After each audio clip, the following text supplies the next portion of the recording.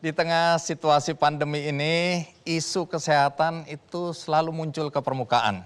Mulai soal pelayanan kesehatan, fasilitas kesehatan, ya, dan segala hal yang kemudian oleh masyarakat dibahas berlama-lama. Karena memang kesehatan menjadi penting, apalagi kalau ada isu-isu yang muncul ke permukaan berkaitan dengan nyawa manusia.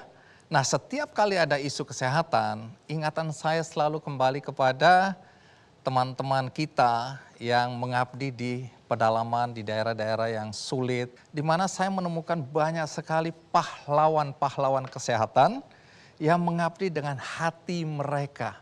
Kadang nggak masuk akal, bidan-bidan yang bekerja harus naik turun gunung, menyeberang sungai, naik perahu kecil, mempertaruhkan nyawa mereka.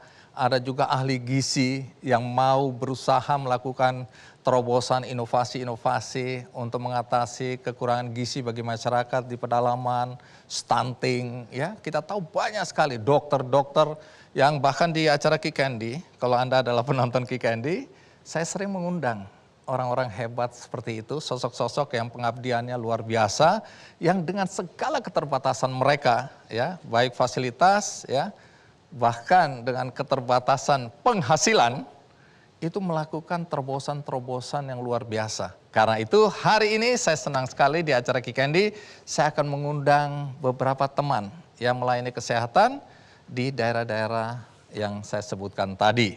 Tapi hari ini yang spesial adalah co-host saya, teman saya yang mendampingi saya untuk memandu acara ini. Saya tidak tahu apakah Bapak Ibu sekalian kenal. Mari kita sambut Budi Gunadi Sadikin. Apa kabar? Iya. Pekerjaan Anda apa? Pekerjaannya sebagai Menteri Kesehatan.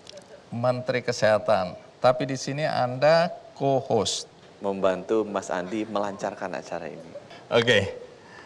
Pak Budi, terima kasih. Karena hari ini saya mengajak Anda untuk bertemu dengan sosok-sosok pahlawan yang bekerja dalam sunyi, yang bekerja untuk melayani masyarakat kita di daerah-daerah yang terpencil. Jadi Anda juga bisa langsung mendengar apa yang terjadi di lapangan, walaupun saya tahu Anda juga turun ke lapangan dan tahu ya. Tapi hari ini kita akan bertemu minimal 3 orang yang layak untuk mendapatkan penghargaan. Siap? Siap. Oke, tempat duduk Anda di sana, saya di Terima sini. kasih.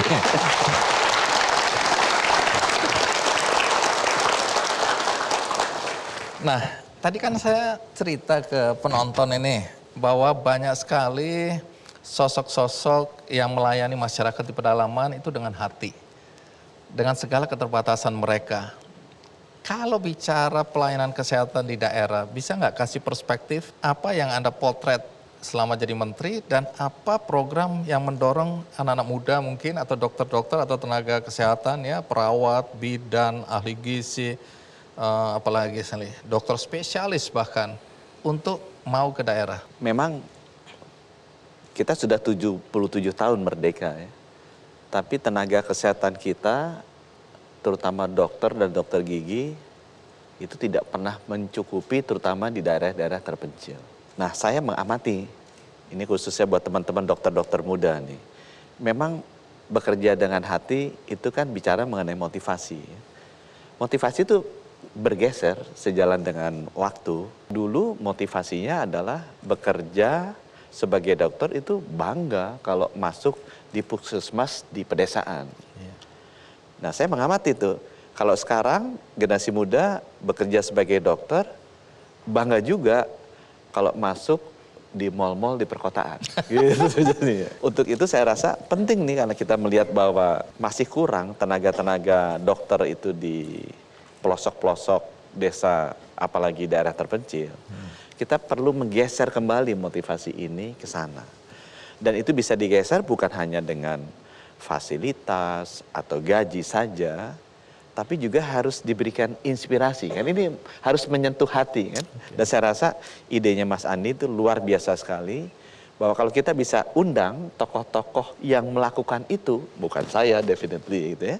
Dan mereka bisa menginspirasi para tenaga kesehatan muda untuk bisa menggeser motivasi mereka, meniru mereka. Nah, itu luar biasa sekali. Tamu pertama ini saya ingin undang, namanya Dr. Medianto Rombe Tasik. Mari kita sambut Dr. Medianto. Pialanya itu ya. Bawa apa nih? Coba Kabar Bung Andi. Baik. Dok. Coba apa ini? Tenaga Kesehatan Teladan tingkat nasional tahun 2022. Kategori rumah sakit pemerintah daerah. Pegang ini, tapi saya mau foto dengan latar belakang Ki Candy. Mana kamera? Ah, Siap. Kapan lagi aku yang Karena foto kan? beda. Nanti ceritain yang foto Andi Noya ya. Oke. Siap. Kalau foto gini bisa tadi pakai salaman. Kita salaman lagi. Oh, salaman. Oke. Penuhnya juga. Oh, satu, pura-pura bahagia ya. Iya. 2, 3. Oke, tapi aku juga pengen masuk dong. Nah, itu. 1, 2, 3. Terima kasih Bung Andi. Ini Wani Piro ini ya. Jangan lupa dikirim ya. Iya. Oke, silakan duduk. Dokter siap. Medi. Terima kasih. Iya. Pekerjaan Anda apa ya sekarang ini? Sebenarnya banyak sih pekerjaan. Banyak pekerjaan. Tapi yang sekarang ditekunnya dokter spesialis bedah. Dokter spesialis bedah. Siap. Oke. Sebenarnya wajahnya nggak mencerminkan ya. Iya. Jadi tugas di mana ini? Jangan ketawa, ini serius ini.